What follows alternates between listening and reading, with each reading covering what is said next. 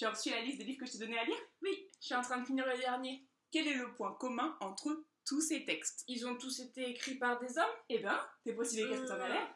Brenda, la leçon commence. Aujourd'hui, à l'aube de ta découverte de la SFFF, toi qui vas fièrement brandir l'étendard de ces nobles genres pour révolutionner la littérature, tu vas apprendre que les hommes ne sont pas tout seuls et que les femmes ont aussi leur place dans la littérature de l'imaginaire. Et plutôt deux fois qu'une. On y va.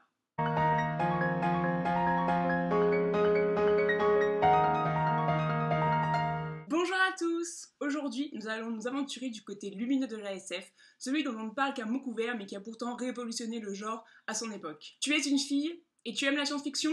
Tu n'es pas seule. Sache que tu peux en écrire, que tu peux faire ça super bien et que tu ne seras pas la première. On en parle peu car les amateurs du genre ont généralement lu ce que nous appelons les classiques. Et c'est par là qu'on a tous commencé, les Asimov, les Bradbury, les Philip K. Dick, on a tous lu ces livres-là. Et on va pas se mentir, la SF, dès ses débuts, dans les années 50, c'est un monde d'hommes écrit par les hommes, pour des hommes. Témoigne toutes ces couvertures splendides des années 80 et 90 avec plein de femmes à gros seins. Ces livres, et ça vaut aussi pour la fantasy, regorgent de héros masculins torturés ou révolutionnaires, triomphants ou faibles, qui vont mener de grandes quêtes et sauver le monde ou la galaxie. Mais quid des femmes qui aiment la SF? Je vous demande, où sont les femmes? Si j'ai adoré ces histoires qui ont bercé ma jeunesse, je me suis que très rarement, en fait, reconnue dans tous ces héros masculins, écrits encore une fois par des hommes et pour des hommes. Mais alors, serais-je moi aussi un alien? Mais du coup, pourquoi on ne raconte pas d'histoires sur moi? Mais rassurez-vous, en fait, il y a des femmes qui écrivent de la SF. Des femmes qui s'adressent aux femmes. Des femmes qui apportent une autre vision de la SF et de tous les possibles qu'elles apportent avec elles. Vous n'êtes pas seule! Aujourd'hui, à travers deux de leurs romans, je voudrais vous parler de deux autrices de SF qui ont bouleversé mon rapport à l'écriture, mon rapport au genre aussi, et mon rapport au monde en général. Elles ont bouleversé également les codes des années 70 et ont amené à la science-fiction un nouveau souffle et de nouvelles thématiques qui avaient été très peu abordées par leurs collègues masculins. C'est une nouvelle vision de l'homme dans sa globalité qu'elle nous présente et qui nous fait vraiment réfléchir, et j'avais vraiment envie de partager ça avec vous, du coup, on est parti. La première femme dont je vais vous parler aujourd'hui n'est autre que la grande Ursula K. Le Guin, et de son livre La main gauche de la nuit. Ursula Le Guin est une autrice américaine née en 1929 à Berkeley, Californie.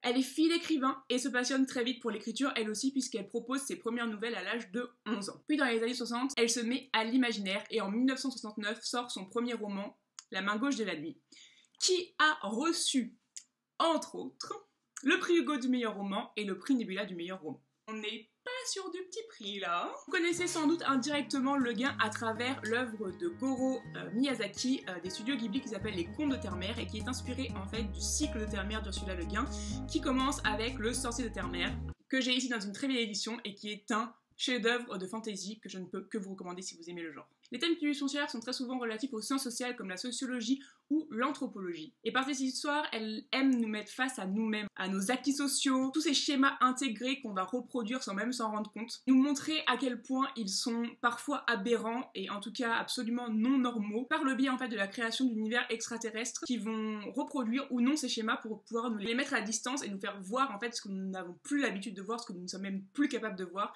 grâce à ces cultures très différentes. Un exemple type de ces thèmes qu'elle affectionne, c'est le sujet de l'identité sexuelle dans La main gauche de la nuit. Donc je vais vous pitcher rapidement le livre parce que bon, voilà, tout le monde n'a pas forcément lu Le Guin, mais ce livre c'est vraiment un manifeste en SF pour moi de ce qu'elle a fait de mieux. Donc dans le futur, on va retrouver Genly, qui est un terrien qui fait partie en fait d'une espèce de congrégation interplanétaire qui rassemble des planètes pour faire du commerce, et donc il est envoyé sur une planète qui s'appelle Geten, ou Nivose, pour essayer en fait, de rallier la planète à son groupe d'autres planètes pour faire du commerce.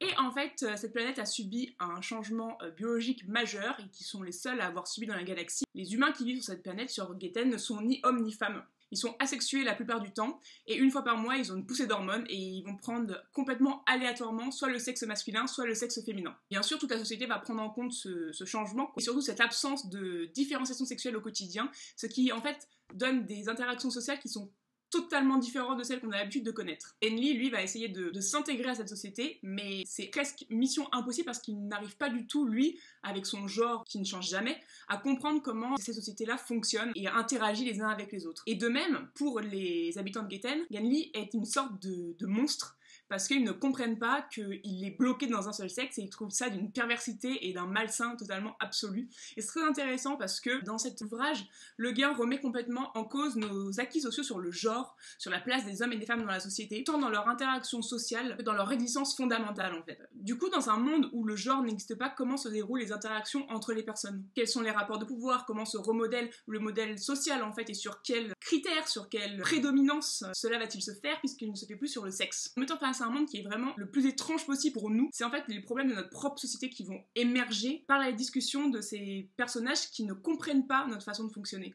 Et Le Guin en fait nous met face à nous-mêmes avec une critique qui est à la fois très acerbe, efficace et sans appel. La seconde autrice dont je vais vous parler va encore plus loin. Elle est née à New York en 1937 et nous a quittés en 2011, et c'était une grande amie de Madame Le Guin. C'est une autrice de SF engagée, ouvertement féministe et lesbienne. Ses thèmes de prédilection sont la dénonciation du patriarcat, le sexisme, le harcèlement sexuel et du viol, mais également la liberté, le féminisme et la libération sexuelle. Elle s'appelle Johanna Russ, et le livre dont je vais vous parler aujourd'hui s'appelle L'autre moitié de l'homme, ou The Female Main en anglais, et il est sorti en 1968. Féministe et homosexuelle, elle est l'auteure de nombreux essais sur l'invisibilisation de la femme dans la littérature, et d'autres essais qui sont assez difficiles à trouver, mais ils sont exclusivement en anglais, mais n'hésitez pas, si vous pouvez lire en anglais, allez-y, c'est d'une clairvoyance absolue. Elle a aussi écrit de nombreux articles théoriques et critiques sur la science-fiction. En 1968, donc, elle publie The Female Main, donc l'autre moitié de l'homme. En fait, cette histoire nous raconte les aventures de Janet, une femme qui vient de lointain, donc While Away en anglais. Et c'est une espèce de version de la Terre dystopique sans lettres, dans un navire où tous les hommes sont morts, puisqu'il y a eu une maladie qui a éliminé et éradiqué de façon définitive tous les hommes. Toute la société terrienne s'est reconstruite autour de la femme. Les femmes ont donc repris toute l'industrie, elles ont reconstruit une société qui est complètement différente de la nôtre. Elles ont assuré la reproduction par fusion d'ovaires.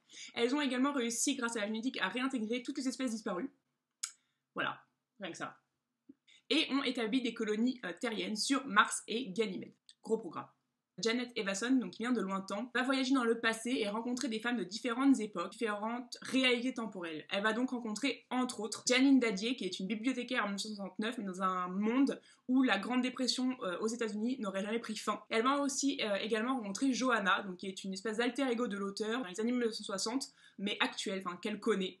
Et du coup, toutes leurs conversations et toutes leurs interactions vont permettre de mettre en avant le sexisme, le patriarcat et la libération sexuelle des femmes des années 60. Russ explore donc un futur qui est possible. Après tout, la perte de la fertilité, c'est un thème qui a été très longtemps utilisé, et du coup, ici, il est poussé à une espèce d'extrême où tous les hommes vont disparaître, mais c'est un futur possible, pas totalement abscon. Le but de cette histoire, c'est entre autres de réfléchir sur comment les nations et les gens qui restent vont réagir face à la disparition de cette moitié de l'humanité et donc de la mise en danger de la survie et de la pérennité de l'espèce. Et du coup, elle va même encore plus loin, elle pousse vraiment l'expérience de pensée en disant mais que se passe-t-il dans une société qui devient tout d'un coup unisexuelle? Alors est-ce qu'il peut y avoir la paix? Est-ce que les relations sexuelles peuvent devenir uniquement homosexuelles ou pas? Est-ce qu'on essaye de recréer un substitut aux hommes qui ont disparu? Peut-être que des rituels matrilinéaires vont remplacer le patriarcat que l'on connaît en bien ou en mal. Est-ce que la reproduction de l'espèce s'accomplit d'une matière différente, sans sexe, médicalement assistée? Ou est-ce qu'on a de nouveaux types d'interactions sexuelles qui permettent la reproduction? Peut-être en fait que tout ça c'est une dystopie. Peut-être que c'est possible, peut-être que ça peut vraiment arriver. La SF, c'est vraiment l'endroit où tout est permis. Et en fait, ce qui est intéressant, c'est que ces thèmes sur la sexualité, sur le genre, sur les interactions hommes-femmes, ce sont des thèmes qui sont très peu traités par les auteurs de science-fiction dits classiques, et donc essentiellement qui sont des hommes. Le Guin et Russ apportent vraiment une nouvelle vision du genre en lui-même, en allant explorer vraiment des sujets mais qu'on n'a jamais vu avant. Elles sont féministes dans un monde littéraire qui est essentiellement masculin. Enfin, on en a déjà parlé sur la chaîne, mais tous les directeurs de collection quasiment et tous les éditeurs sont des hommes à l'époque de ces deux autrices, mais encore aujourd'hui, c'est une réalité. Tu vois, Brenda, on parle d'accoucher d'une histoire et de paternité de l'œuvre, jamais de maternité. Pourtant, l'accouchement, tout ça... Et elles se battent pour leur droit à être lues. Pour les filles aussi qui voudraient sortir de la page blanche de la SF, elles se battent pour que la vision des femmes en SF soit vue, lue et entendue. Et je trouve ça très bon.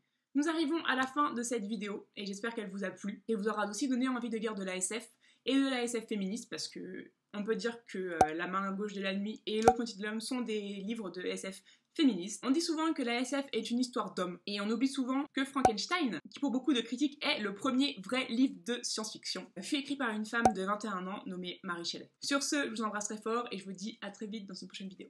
Ciao!